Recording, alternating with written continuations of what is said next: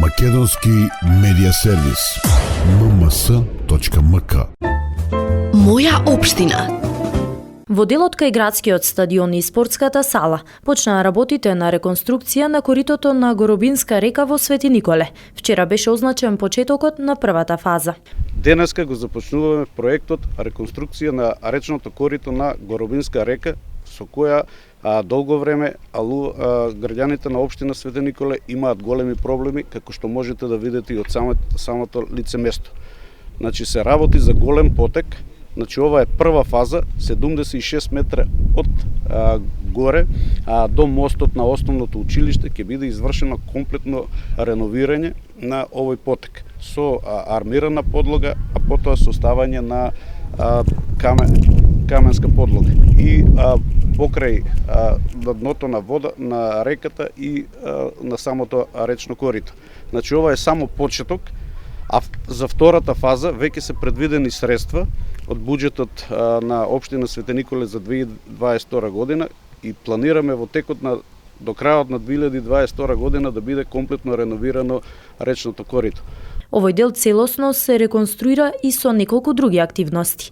Делот околу спортската сала ќе се асфалтира со цел да се обезбедат паркинг места, кои ќе бидат бесплатни.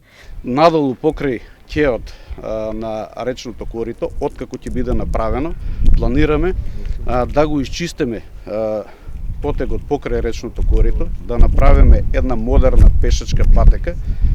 Тоа се работи во самиот потек на градскиот парк на општина Свети Николе. Значи пешачка патека со клупи, со канделабри и на крајот, каде што е сега остатоци од детско катче, детско игралиште, планираме да направиме едно модерно детско игралиште, каде што родителите и децата ќе можат да уживаат во нивното слободно време.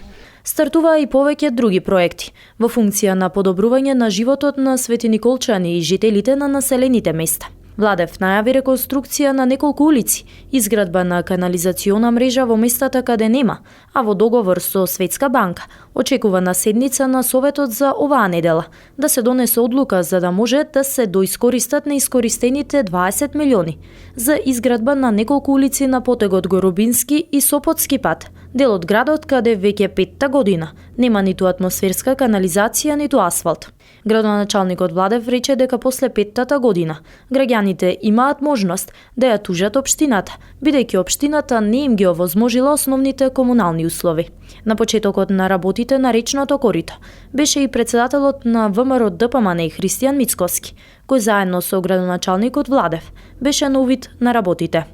Затоа нашите заложби во периодот кој што следат ќе бидат динамични и сакаме да го зголемиме интензитетот, да зголемиме динамиката на реализација на проектите, тоа што сме го ветиле практично пред Свети Николчани и во централниот дел, но и во руралните средини во селата кои што се составен дел на општина Свети Николе.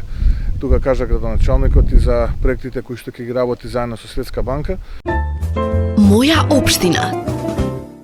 Македонски медиа сервис.